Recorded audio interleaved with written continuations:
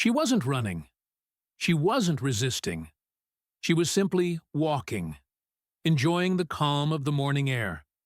But to one man in uniform, her presence was reason enough to stop her, reason enough to humiliate her. What began as a routine stroll turned into a moment charged with tension, prejudice, and danger. He thought he knew who she was, just another face, another target. But the truth about her identity would turn this encounter upside down and expose something far deeper than one officer's bias. Her mornings were sacred.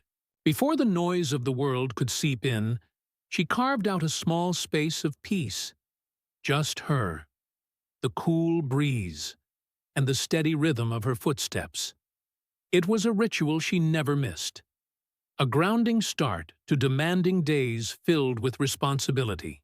To the neighbors, she was simply the quiet woman in sneakers, nodding politely as she passed. To those who truly knew her, she was far more. A woman who had fought her way through barriers most people couldn't even imagine. That morning was no different. The sun was still low, painting the streets in pale gold as she walked her familiar route. Her thoughts drifted to the cases waiting on her desk, the weight of decisions she carried, and the balance she constantly had to strike between justice and exhaustion. She didn't seek attention. She didn't demand recognition. Her walk was her reminder that she was more than her title, more than her workload. Simply human. But peace is fragile. And for women who look like her, peace in public spaces can vanish in an instant. She didn't notice the patrol car at first, parked just a little too still, watching just a little too long. The kind of presence that makes the air feel heavier even when nothing has been said. She adjusted her pace, brushed the thought aside. But the car moved, slow, deliberate, following. It was a walk she'd taken hundreds of times before. Yet this morning, it would not end. The same way, the cruiser rolled forward, its tires crunching softly against the pavement, closing the space between them. She kept walking, her eyes fixed ahead, willing herself not to give the officer reason to think she noticed. But the sound of the engine, steady and insistent, trailed her like an unwelcome shadow. Then came the flash of red and blue, brief, sharp, impossible to ignore. The patrol lights lit up the quiet street, cutting through the morning calm. She slowed, her pulse quickening. There was no reason for this, no crime committed, no law broken. Yet, deep down, she knew exactly what was happening. The door slammed, and heavy footsteps followed. "Hey, you there! Stop!" His voice was sharp, commanding, dripping with suspicion. She turned slowly, her face calm though her chest tightened. The officer's eyes scanned her from head to toe, not searching for danger, but for justification. Some excuse to validate why he had chosen her. "Out here pretty early," he remarked, his tone laced with implication rather than curiosity. "Where are you headed?" She held her ground, offering a measured response. But it didn't matter what she said. The decision had already been made in his mind. He circled her like a predator sizing up its prey, every glance heavy with judgment. His questions weren't questions at all. They were accusations disguised as routine. "Got some ID on you? Proof you even belong around here?" Her jaw tightened. She had lived in this community for years, longer than many who now looked at her with suspicion. Yet here she was, being forced to justify her existence, her presence, her right to walk a street she knew better than he ever would. Neighbors began to peek from behind curtains, their curiosity pricked by the flashing lights. A jogger slowed. Across the street, phone in hand, uncertain but recording just in case. The air thickened with silence, punctuated only by the officer's probing words. Inside, she felt the clash of two truths: the instinct to protect herself and the quiet knowledge of who she truly was. He saw only what he wanted: a black woman, vulnerable, easy to intimidate. He had no idea of the authority she carried, the battles she had fought to reach her position. But in that moment, stripped of titles and robes, none of it seemed to matter. All he saw was his power over her, and he intended to wield it. The officer stepped closer, invading her space. "People like you, always up to something," he muttered under his breath, not meant to be heard, but echoing loud enough to sting. Her heart pounded.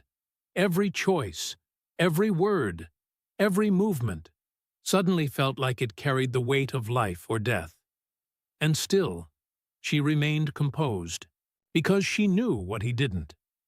The officer's hand hovered near his belt, fingers grazing the holster as if rehearsing a threat. His stance grew wider, his voice sharper, each word laced with disdain. "I'm asking you one last time," he barked. "Show me some ID before I take you in." The jogger across the street stopped completely now, recording with the subtle tremor of someone who knew this could escalate in an instant. A curtain lifted higher from a nearby house, an unseen witness pulling closer to the edge. The weight of all those eyes pressed in, yet none of them mattered to him. His focus was on her, and on making her small. She inhaled slowly, steadying herself. She had spent her career dissecting words, weighing truth against lies, holding lives in the balance of her decisions. And here she was, being stripped of dignity on a sidewalk she had walked for years.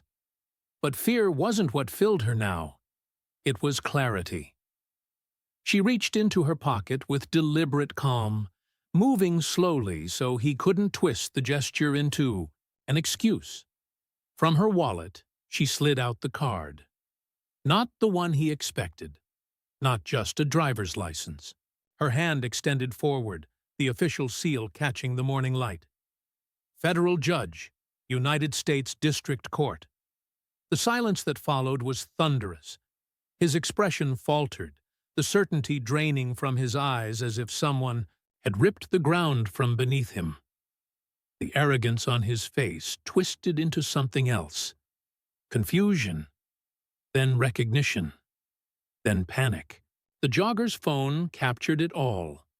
The shift in his posture, the hesitation in his voice, the unraveling of authority he had so carelessly abused.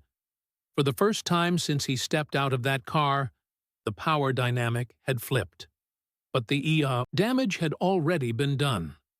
No badge, no robe, no title could erase the fact that he had looked at her and seen only what he wanted to see.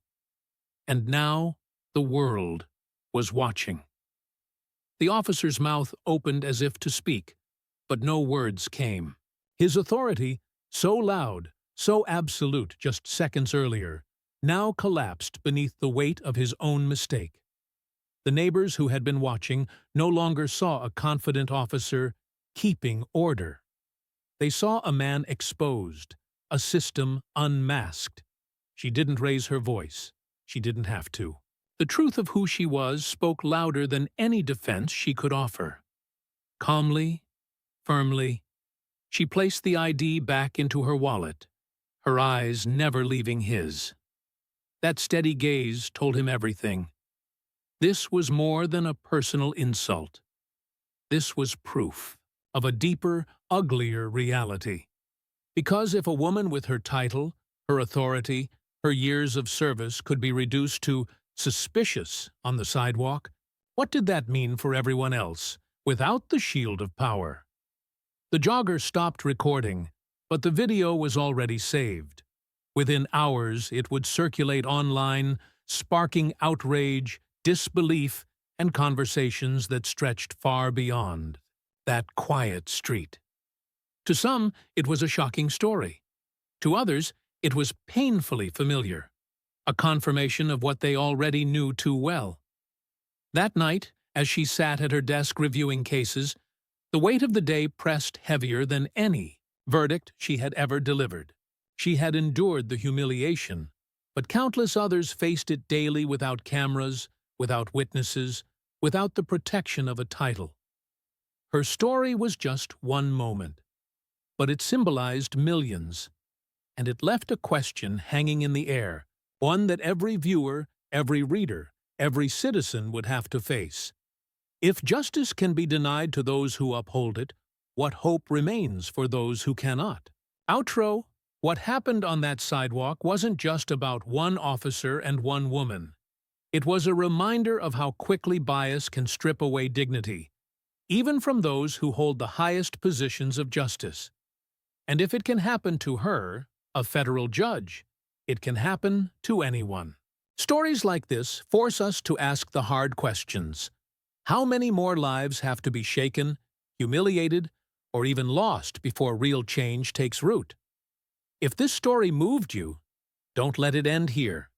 Share it, talk about it, and make sure the conversation doesn't fade, because silence only protects the problem. What do you think? Was this just one bad cop, or proof of a system much bigger than him?